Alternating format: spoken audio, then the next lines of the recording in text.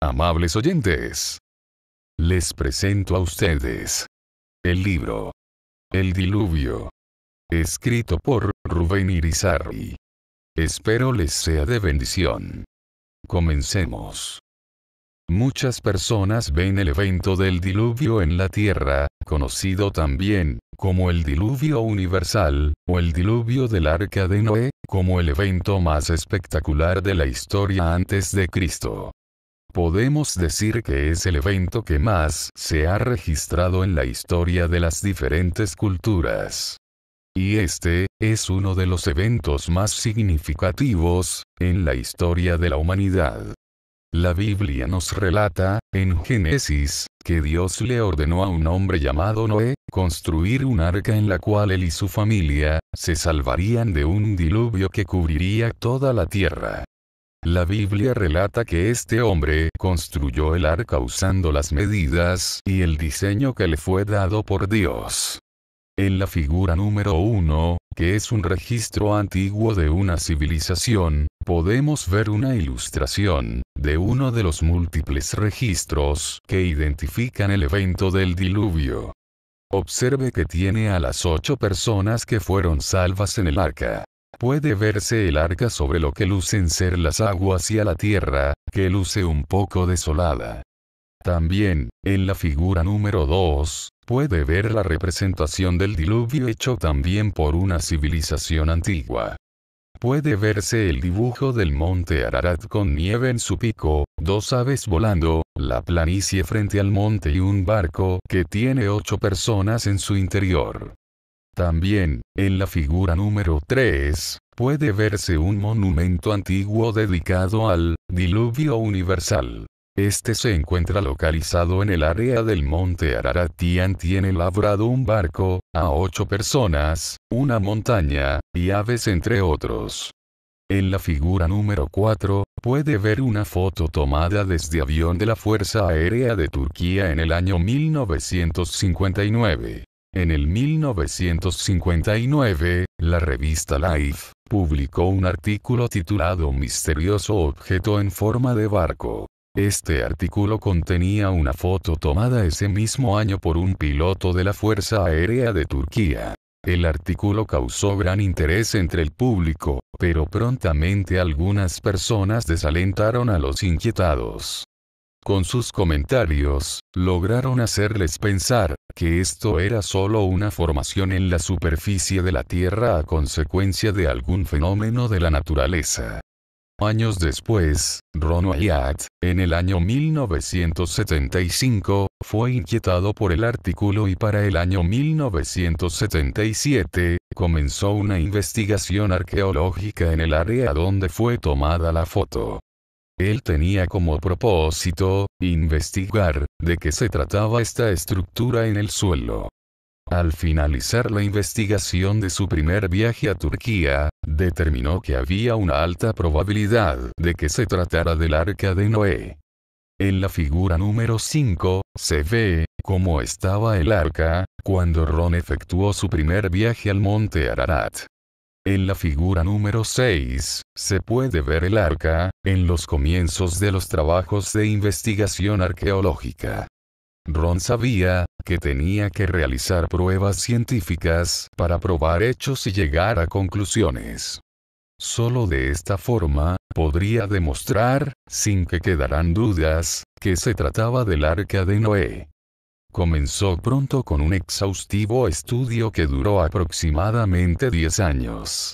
Durante ese tiempo, efectuó aproximadamente 25 viajes de exploración e investigación, acompañado de reconocidos científicos y personal altamente técnico.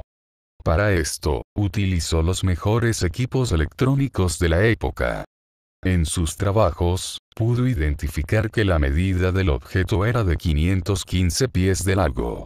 Convirtiendo la medida de la unidad en pie a la unidad de codo, la que se utilizaba en la época en que construyó el arca, el resultado correspondía a unos 300 codos. Esta era la misma cantidad con la que se construyó el arca. La medida exacta de un codo, en esa época, era de 20.62 pulgadas. Cotejos de esto, pueden hacerse, estudiando construcciones salomónicas que existen hoy día. En los estudios realizados, se utilizaron generadores de frecuencia molecular, con esto, se pudo determinar la forma de los objetos debajo del terreno. Se observó que el patrón obtenido rompía con el de formaciones naturales del suelo. Lo observado parecía ser una construcción, con una forma determinada, la que pudo haber sido hecha por el hombre. Cuando se inspeccionaron los objetos observados debajo del suelo, estos resultaron ser madera. Se tomaron muestras de las piezas de madera, para realizarle pruebas de laboratorio, y resultó ser madera petrificada. Cuando se inspeccionaron las piezas de madera, se observó que éstas no tenían anillos. El no tener anillos, demuestra la existencia de un clima estabilizado a través de todo el año, con cambios menores en las variables de temperatura. Antes del diluvio, se estima que el clima era bastante estable durante todo el año, y con poca variación en las estaciones del año. Hoy día, el clima no es así, ahora se tienen cambios grandes en las temperaturas del día, y cambios grandes en las estaciones del año. Se estima que las temperaturas en los tiempos antes del diluvio, oscilaban entre 72 grados Fahrenheit y 79 grados Fahrenheit, en el día y en la noche. En las pruebas de carbón efectuadas en el terreno donde se encontró el arca, se encontró un alto contenido de carbón, este resultado fue sobre un 95%. Esta concentración de un 95% demuestra decaimiento de una gran cantidad de material orgánico. Se pudo determinar que fue a consecuencia de una gran cantidad de madera que había en el área. Pruebas de este mismo tipo, realizadas en los terrenos adyacentes al área donde está el arca, daban resultados menores de un 5% en contenido de carbón. En la figura 7, se ilustra guía de cómo estaban las piezas de madera bajo tierra. En la figura 8, puede verse pedazo de madera del arca petrificada la cual no contiene anillos. En la figura 9, puede verse pedazo de madera sobresaliendo de uno de los costados del arca, debe ser una de las vigas horizontales que fijaban las curvas. En la figura 10, puede verse lo que luce ser un pedazo de lastre del arca. Y en la figura 11, pedazos de maderas que lucen ser las curvas, que se ven en los costados del arca. Con el estudio del subsuelo, se pudo observar la formación de cubículos, lo que pudo ser el lugar donde se encontraban los animales. Nos podríamos preguntar, ¿dónde podían caber tantos animales?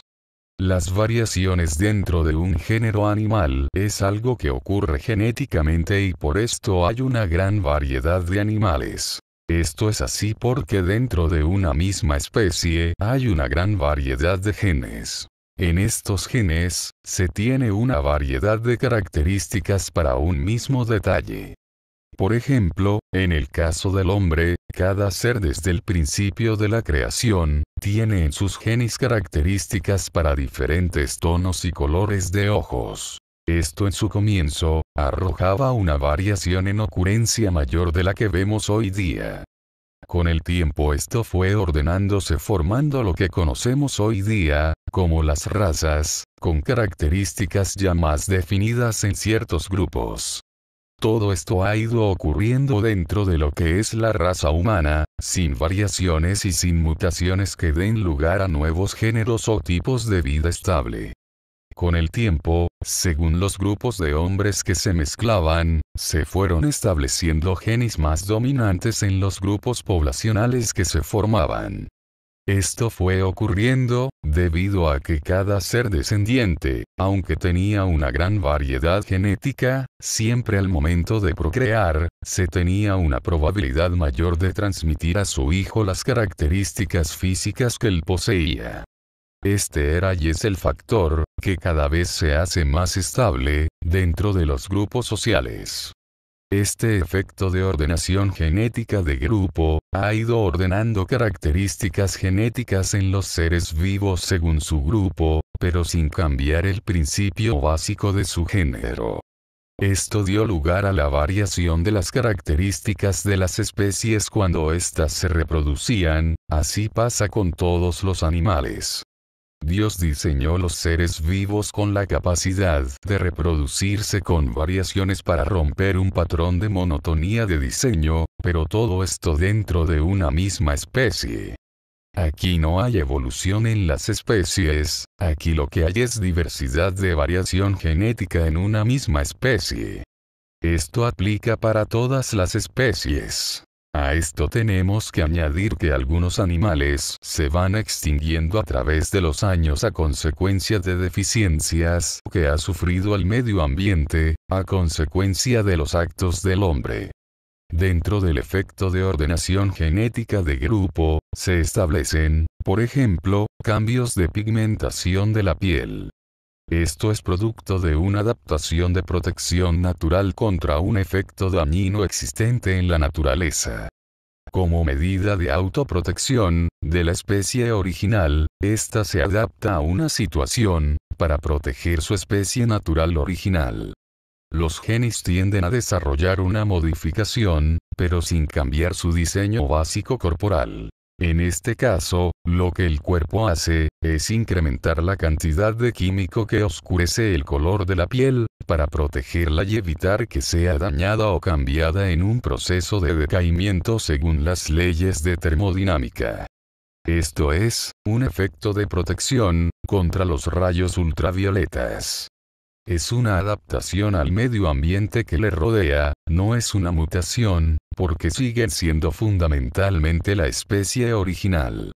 De hecho, si se mudan de territorio a una zona menos propensa, el cuerpo nuevamente hace sus ajustes para establecer la pigmentación de piel apropiada, pero todo dentro de un mismo género, sin cambiar de género. Los seres vivos fueron creados con la capacidad de adaptarse al medio ambiente para facilitar la sobrevivencia. La creación del hombre fue perfecta en su origen.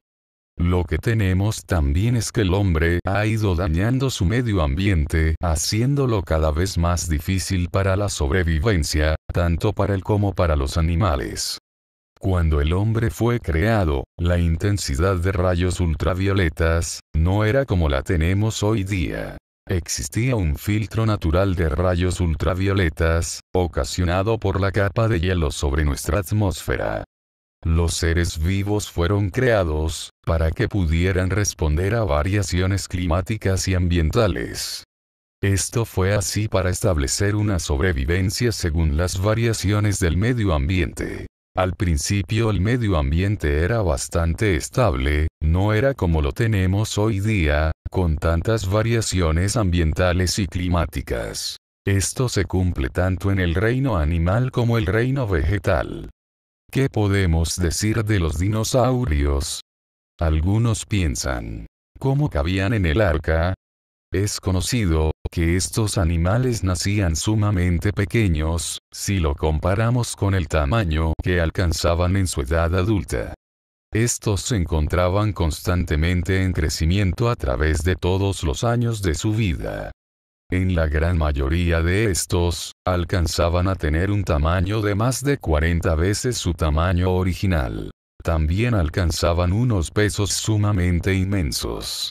Por ejemplo, dinosaurios, que al momento de nacer pesaban unas 5 o 6 libras, estos alcanzaban a pesar 160.000 libras y más. Así era la magnitud del cambio en su tamaño. Estos animales de gran tamaño entraron al arca en una edad sumamente joven, cuando tenían un tamaño pequeño, y cuando su peso era relativamente bajo. También, su necesidad de alimentación para sostenerse era bien baja. Estos, por consiguiente, tenían poca actividad biológica. Noé no era menos inteligente que nosotros como algunos piensan. Estos en su campo de acción tenían una gran sabiduría. La diferencia de hoy día es que hay más conocimiento de ciencia y más desarrollo tecnológico con muchas más herramientas y conocimientos. La sabiduría no tiene límites en su época. Tan sabios somos, o podemos ser nosotros, en nuestra época, como ellos fueron en su época. Yo pienso que existe la posibilidad de que ellos eran más sabios que nosotros, por su pureza, y por vivir en un ambiente más limpio, aunque sus recursos fueran limitados. Regresando a los trabajos de investigación del arca. Otro dato interesante encontrado en la investigación arqueológica, fue que se pudo identificar que usaban madera laminada en aquella época. O sea, pedazos de madera grande pegadas unas con otras, formando una pieza de madera aún más grande. En la figura 12, puede verse madera del arca la cual fue laminada. Se pueden ver las líneas horizontales donde se pegaron las tres piezas de madera. En la investigación también se encontró que utilizaban el método de ribetes. Este fue utilizado para amarrar las piezas de madera. El método consistía en lo siguiente: se barrenaban dos piezas de madera, una sobre la otra para amarrarlas. En la parte superior, colocaban una arandela gigante de aproximadamente 3 pulgadas el diámetro externo, y aproximadamente 1,25 de pulgada de diámetro interno. Luego calentaban hierro, fundiéndolo y lo derramaban dentro del orificio hasta llenarlo, de forma tal que sobresaliera un poco sobre la arandela que estaba en el tope. Cuando el hierro fundido comenzaba a endurecerse, este se golpeaba con un martillo para formar el ribete y evitar así que la arandela se saliera. De esta forma quedaban amarradas dos piezas de madera firmemente. En el área del arca, lograron identificar aproximadamente 5.600 ribetes. Cerca del arca también se encontraron 13 anclas de piedra. Estas pudieron haber sido utilizadas para fijar el arca en un momento dado. Se efectuaron estudios de suelo en las áreas próximo a las anclas y se tomaron muestras para analizar su contenido. Los resultados dieron una alta concentración de material orgánico. En este caso resultó ser de vegetación. Se pensó que se construyeron sogas de fibra de vegetación para fijar en un momento dado el arca con las anclas. Pruebas similares, en áreas fuera del área de las anclas, no arrojaron los mismos resultados. Todas dieron resultados de niveles más bajos de materia orgánica de la misma vegetación. En la figura 13 puede verse ribete encontrado. Puede verse en el centro de este, como el hierro era golpeado para formar la cabeza que trancaba la arandela. En la figura 14 puede verse foto tomada sobre el terreno del arca. Se pueden ver las cintas que marcan las piezas de madera más grandes. Las marcas sobre estas cintas identifican los lugares donde localizaban los ribetes. En las figuras de la 15 a la 21, puede verse fotos de las anclas encontradas cerca del arca. También pueden ver grabados en forma de cruz. Se cree que estos fueron hechos por cristianos durante la época de las cruzadas. Observen también el agujero en las anclas. Se cree fue utilizado para amarrar la soga que las sujetaba. El agujero tiene un lado más grande que el otro, aparentemente para evitar que el nudo de la soga se saliera. En otras muestras tomadas de suelo, al barrenar el terreno dentro del arca, encontraron pelos de animal roedor que hoy día se ha extinguido. También encontraron residuos descompuestos de alimentos que parece ser de los que utilizaron para alimentarse cuando estaban dentro del arca. En esta misma área se encontró una alta concentración de actividad biológica animal. También se encontró, mediante pruebas de DNA, pelo humano color rojo. La Biblia menciona de hombres en aquellos días con pelo color rojo. El arca también se encuentra en el mismo lugar donde lo describe la Biblia. Esta se asentó en el área del monte Ararat. Adyacente a la región donde se encuentra el arca, hay un poblado de existencia muy antigua, que hoy día es conocido por sus nativos, como el Valle de los Ocho. Puede ver en la figura 22, lugar donde encontraron las anclas. En el pasado, el arca se encontraba localizada más hacia arriba alineada con las anclas. Esta fue cambiada de su lugar original por un volcán. En las demás figuras puede ver el lugar del Valle de los Ocho. Al monte Ararat con nieve en su pico. Y fotos del arca, una de ellas con un restaurante que se construyó con vista al arca. 8 personas fueron las que se salvaron, estos fueron Noé, su esposa, sus 3 hijos, y sus 3 nueras. En otras palabras, la cantidad que le dio el nombre al valle de estos 8. Hoy día, el área donde se encuentra el arca está preparada para visitantes. Esta tiene una edificación que sirve como área de observación del arca. Posee un restaurante para que el público pueda observar el arca mientras come. La región donde se encuentra el arca, es en el extremo noreste de Turquía. Este lugar es reconocido mundialmente, como el lugar donde se encuentra el arca de Noé. Algunos piensan que este no es el verdadero barco y comentan que se encuentra en otro lugar, pero ninguno de ellos da pruebas como lo demuestran estos estudios. Hasta la próxima.